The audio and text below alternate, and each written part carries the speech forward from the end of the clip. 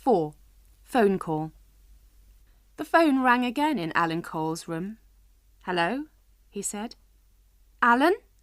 He recognised her voice at once.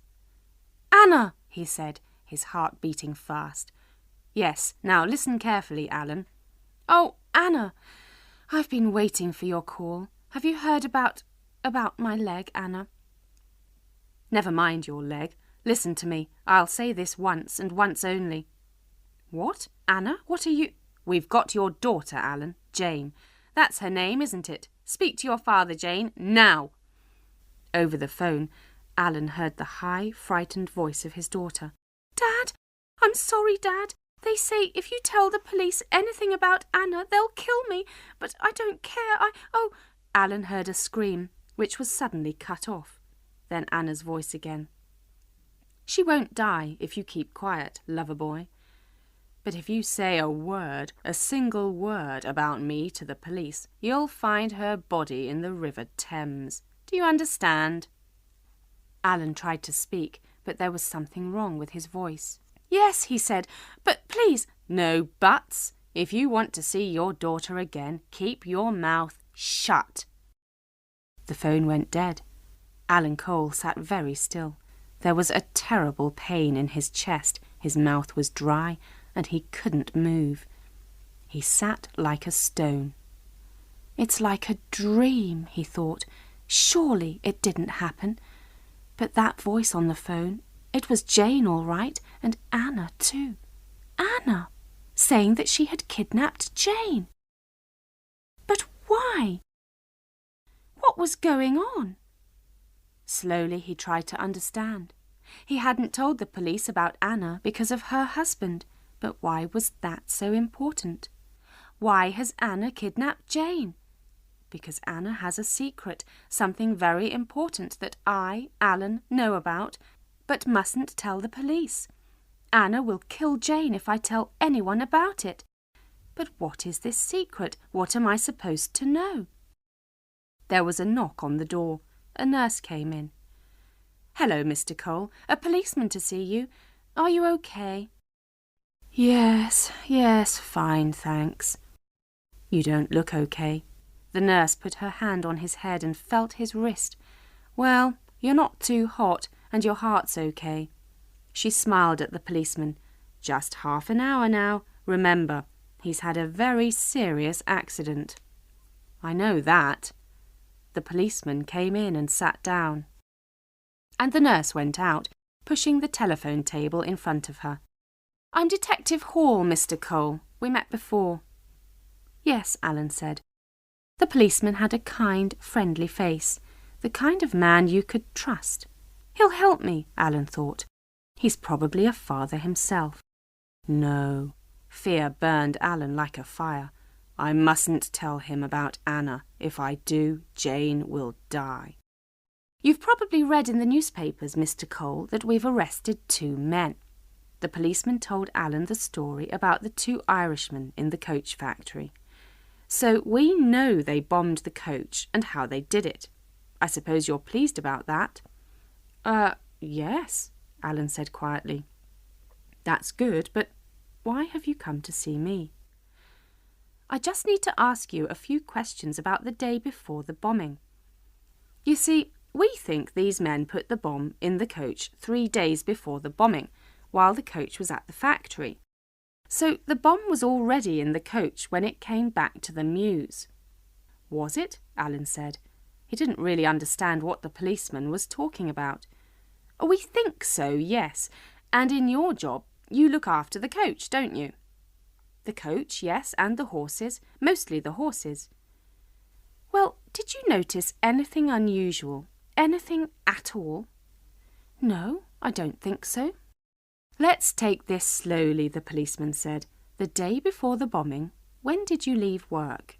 "At about 6 o'clock, 1:30, perhaps." "And you didn't go back?" "No," Alan said quietly. Then he looked away quickly out of the window. He felt cold, frightened, lonely. "Are you sure about that, Mr. Cole? You see, a guard told me you came back later, at about 10. "He did?" Oh, yes, of course. I went back to see a horse, Sandman. He had a bad leg. I see. The policeman wrote in his book. Alone? I'm sorry. Were you alone, Mr. Cole, when you saw the horse? For a moment, Alan didn't answer. A new, very unwelcome idea came to him, and he began to feel sick with fear. It wasn't those two Irishmen, he thought. It was Anna. She put the bomb in the coach when I was with Sandman. I was alone with the horse for at least 10 minutes. She had plenty of time. And that means she didn't love me at all. She just used me. I thought I was so lucky, an old man with a young, pretty woman in my bed, and all the time she was laughing at me. Worse than that, she's a murderer. She killed George and Bernard and John, and she took my leg, and now she's going to kill Jane as well. And I can't say anything about it. That's why she phoned me, to make sure that I never tell the police. If I tell this policeman, Jane will die. In a strange, shaky voice, Alan said, I was alone when I was with the horse, yes. The policeman said nothing. Alan felt his hands shaking and put them under the sheet. Why is he looking at me like that, he thought. What does he know? Are you sure, Mr. Cole?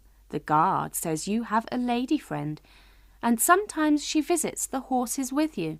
Was she with you that night? No. You're sure about that, Mr. Cole? Yes, I am, and she's not my friend any more now. We've ended it. I see. The policeman sighed, wrote in his notebook, and stood up. That's all then, Mr. Cole. The guard wasn't sure. Probably it was a different night. Yes, I'm sure it was. Right then, thank you for your help. Good night, Mr. Cole. He walked to the door and went out. Alan watched him go, unable to say another word. He had never felt so helpless, so frightened. I have to speak, he thought. I have to do something, but I can't. If I speak, Jane will die.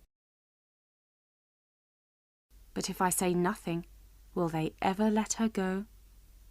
As the door closed, he opened his mouth and said, Detective Hall. But the policeman walked away. He didn't hear. Oh, God, Alan thought, what do I do now? After the phone call, Kev and Anna tied the cloth round Jane's mouth again and went back into her kitchen. Anna had the bag over Jane's head too, but Jane could hear most of what they were saying. They were angry, arguing. You've made too many mistakes with this plan, Anna, Kev said. The Queen of England is still walking around Buckingham Palace because of you. Anna's voice was high and angry. Because of me? What about you? You were supposed to understand bombs and radio transmitters, and what happened? The transmitter in that camera didn't work when I pressed the button. You probably didn't press it hard enough, Kev said coldly. It worked in the end, didn't it?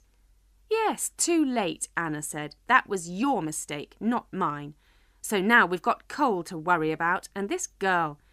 We've got to get her away from here fast.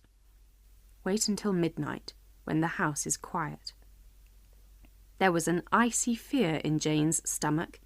They know I can hear them, and they don't care, she thought. I'm sure Dad will keep quiet, but they can never let me go now. They'll have to kill me, because I know too much. If I don't get away from them soon, I'm going to die.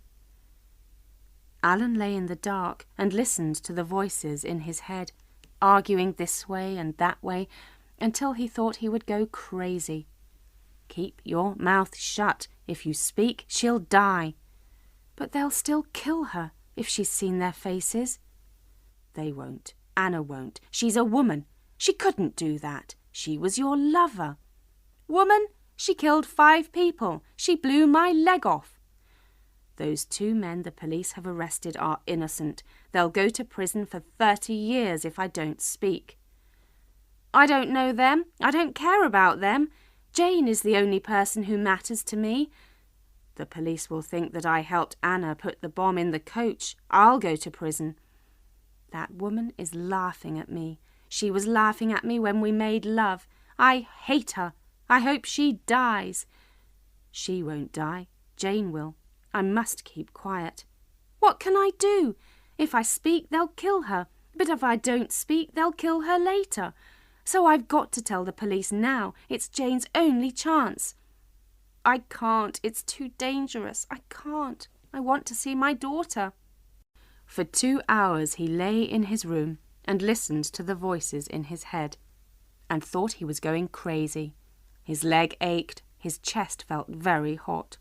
Twice he decided to get up and tell someone, but his body wouldn't move. Then, the third time, he got into his wheelchair and went out into the corridor. It was midnight. "Nurse," he said. "Nurse, I need a telephone, now." "Oh, God," he thought, "where is Jane now?" Jane was in the boot of a car. Her hands and feet were tied, the piece of cloth was round her mouth, and the bag was over her head, but she knew she was in a car boot because she could hear the engine, and when she tried to sit up, she hit her head. She didn't know how long she had been there. There wasn't much air, but she couldn't do anything about it. She just lay there and thought, "It can't be much longer. We must get there soon, and then they'll let me out. And then what? How long before they kill me?"